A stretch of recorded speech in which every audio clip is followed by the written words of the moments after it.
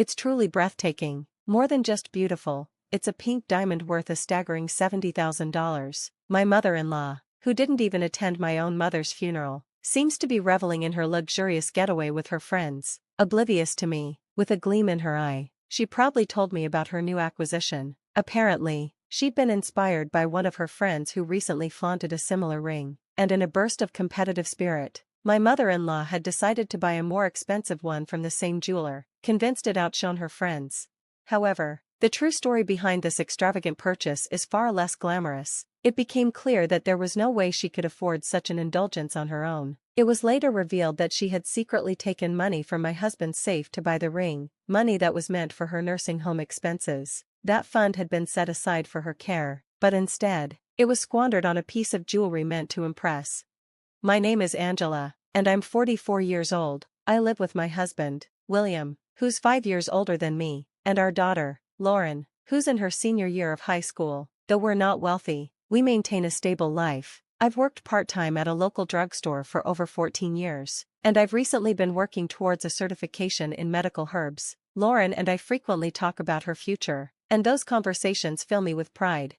8 months ago, my father-in-law passed away, and it led to some significant changes in our modest lifestyle. According to his will, William inherited the house, while the cash was left to his mother, meant to cover her nursing home costs. Yet, despite this, she tearfully begged to move in with us, and after some discussion, we agreed to let her stay for a year while we helped her find a suitable living situation.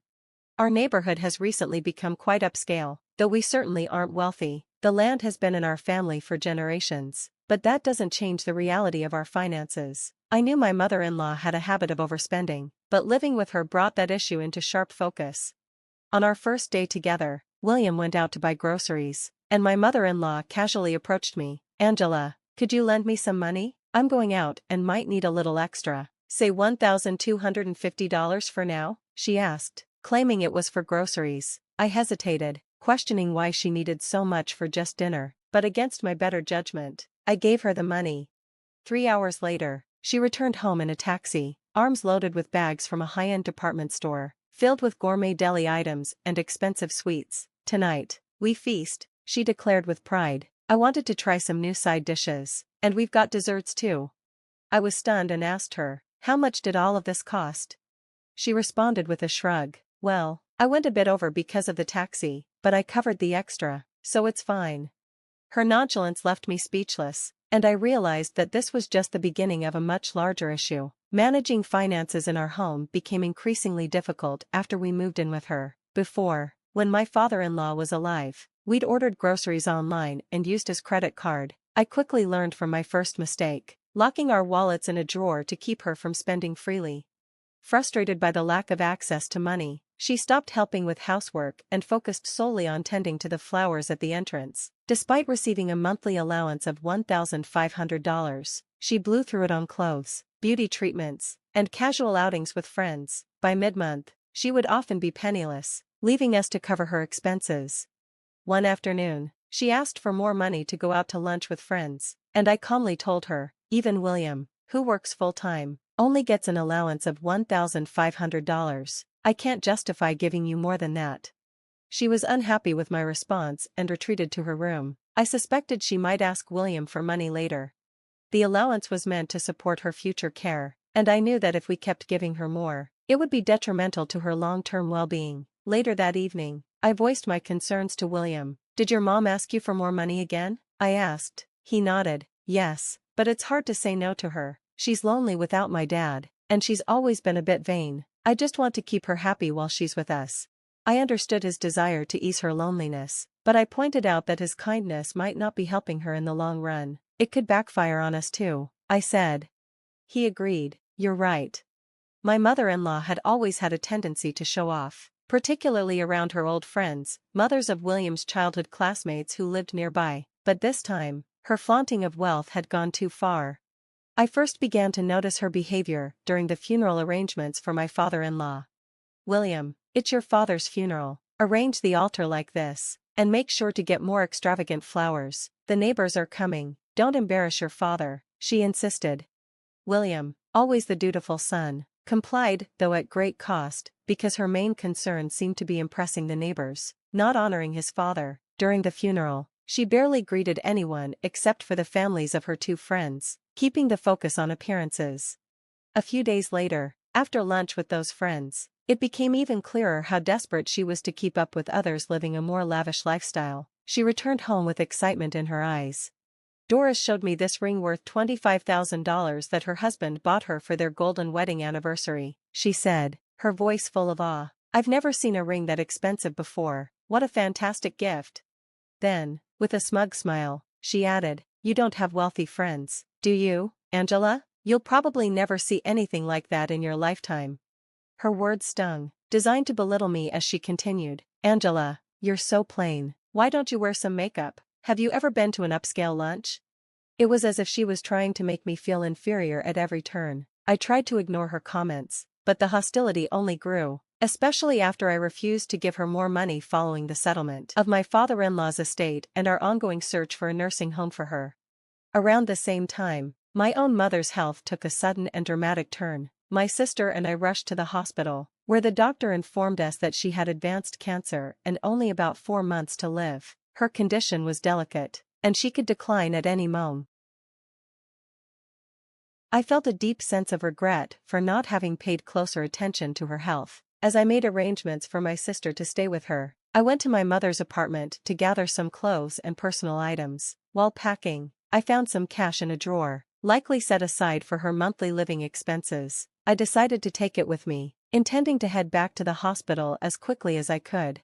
I left the bag with the cash in William's upstairs room, and after getting ready, I noticed that the zipper was slightly open. My stomach dropped as I checked inside and found that the cash was missing. I felt a surge of anger and went downstairs to confront my mother-in-law.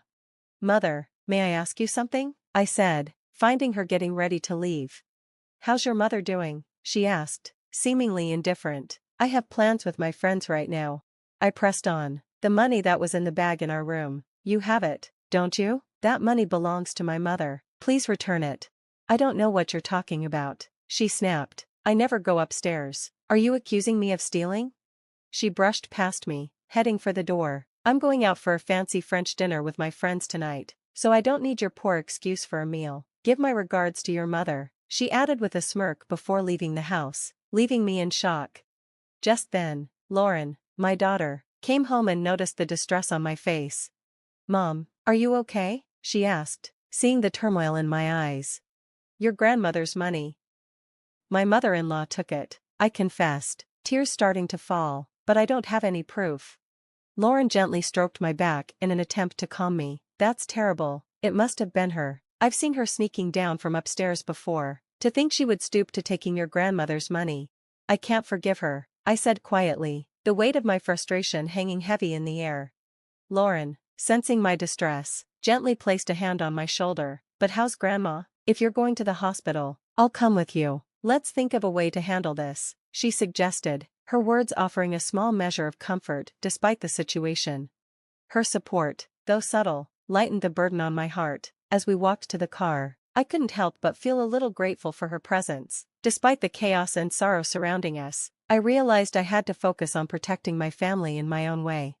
A few days later, however, my mother's condition took a sudden turn for the worse, adding yet another layer of urgency and stress to our already strained situation. This unexpected twist forced us to pull together and prioritize family, showing strength amidst the turmoil, and making us reevaluate our priorities and roles within our household.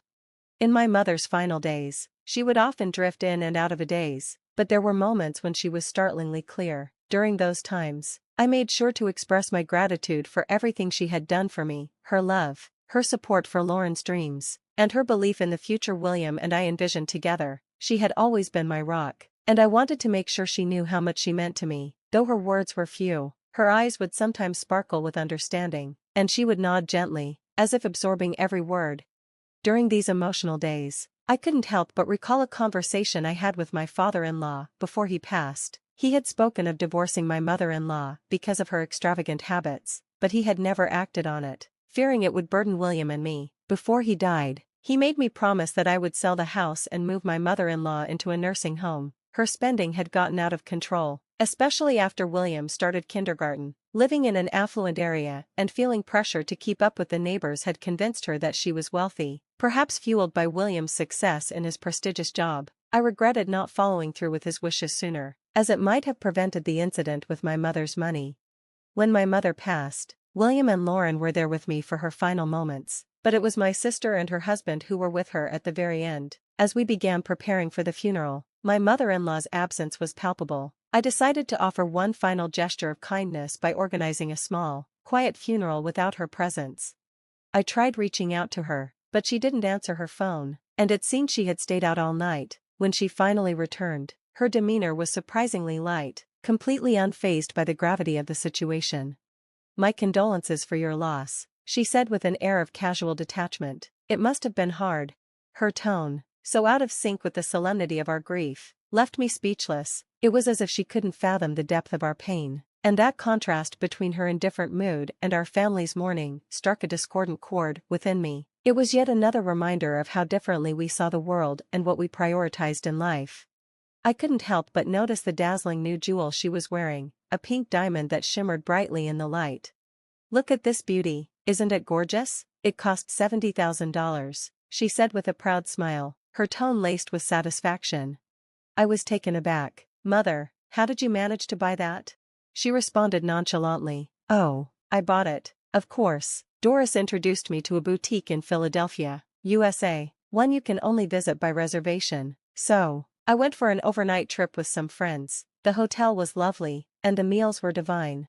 Her words left me speechless. Here I was, mourning my mother's funeral, and my mother-in-law was in Philadelphia, indulging in luxury shopping with her friends.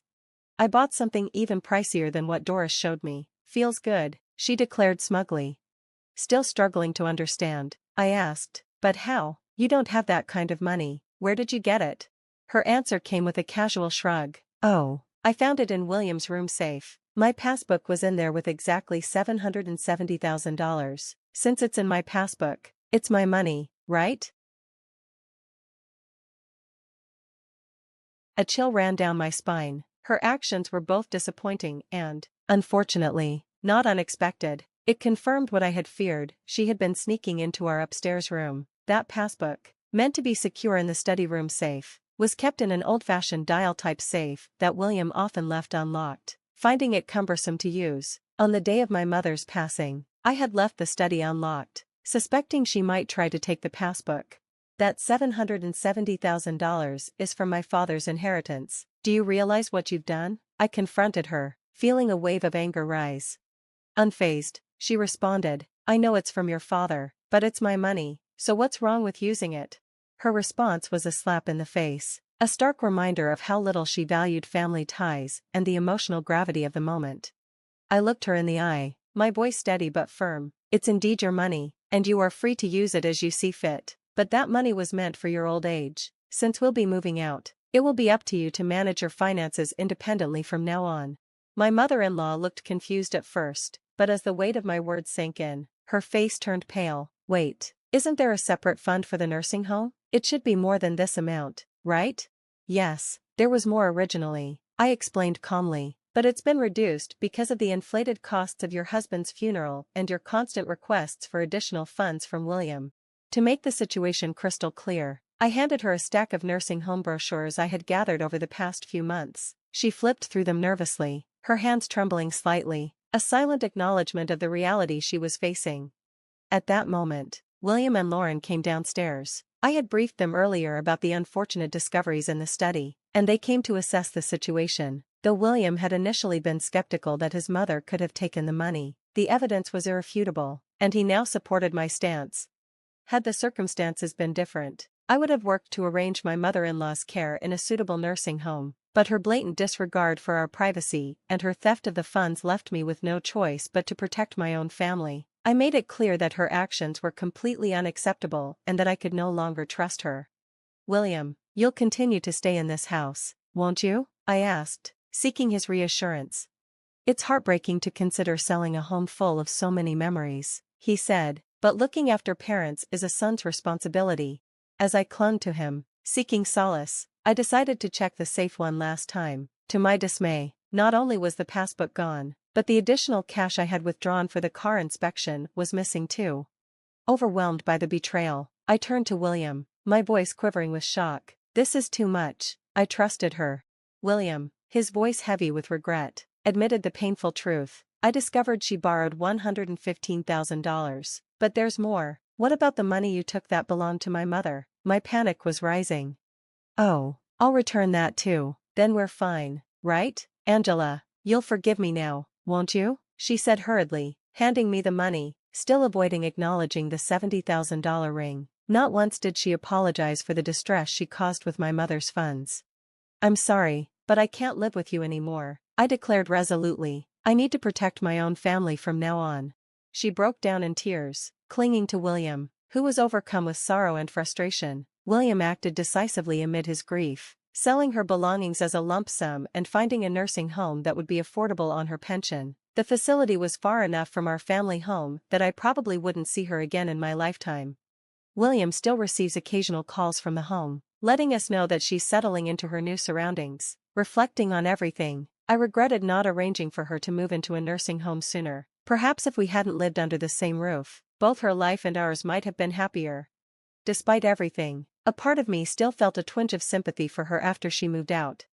After her departure, we looked forward to Lauren's graduation. She was accepted into her university of choice and started living independently. The family home, located in a desirable area, quickly attracted a buyer. William is now seeking a transfer to a branch near the coast. We plan to spend a few years there until retirement, searching for our final home. We hope to continue living peacefully and harmoniously as a family, finding solace in the stability and tranquility of our new life by the sea.